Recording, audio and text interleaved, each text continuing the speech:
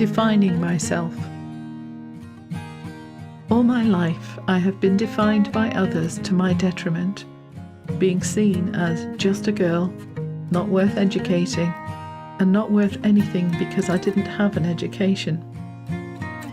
I worked so hard to get the education I was denied as a child, only to be lied about and slandered, with my own mother and other people being told that I had brought a fake master's degree online by the Mr Magnanimous of an earlier blog post, so that they would treat me with contempt instead of pride. Over the years, I've been told on various occasions by different people that I'm not worth anything because I'm a woman, not worth being given a job because I have a chronic illness. I've been treated like I have no right to my own body, my own opinions, my own thoughts. I've had my autonomy taken away, been told I'm unlikable and there's nothing I can do that would make anyone like me, told I'm unlovable because I'm me and variety and youth are necessary to be loved. My face is not symmetrical enough to be considered pretty. My body is sick and out of shape. Everything is saggy, and that's unacceptable and unlovable. I have been violated and disrespected, and have been consistently taught that others have a right to do this to me, and it's my fault. I lost the ability to set boundaries. I tried to set them, and the anger this created in those who were used to violating me was fierce as they tried to put me back in my place.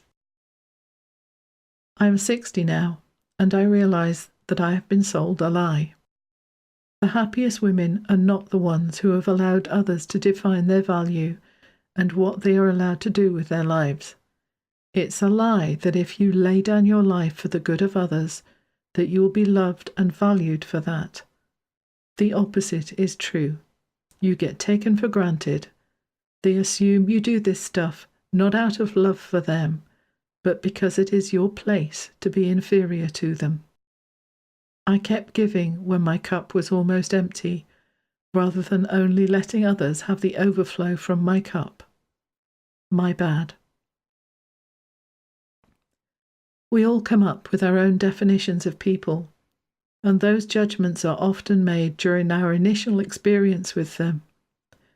These judgments rarely tell a true picture of a person.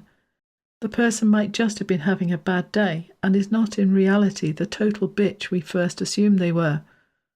Or they might be wearing a mask of affability, which in reality hides malicious intent and a complete lack of integrity. We can be sure that some people hold definitions of us that bear no relation to who we really are, and I've learned the importance of not allowing those definitions to affect how we are in this world. Because of this, I decided to define myself. I have lived with so many false versions of me, imposed on me by others, I might as well decide what I want to be and go with that. It'll be truer than any previous version of me that others see in their mind's eye. So I choose to define myself as Wonder Woman.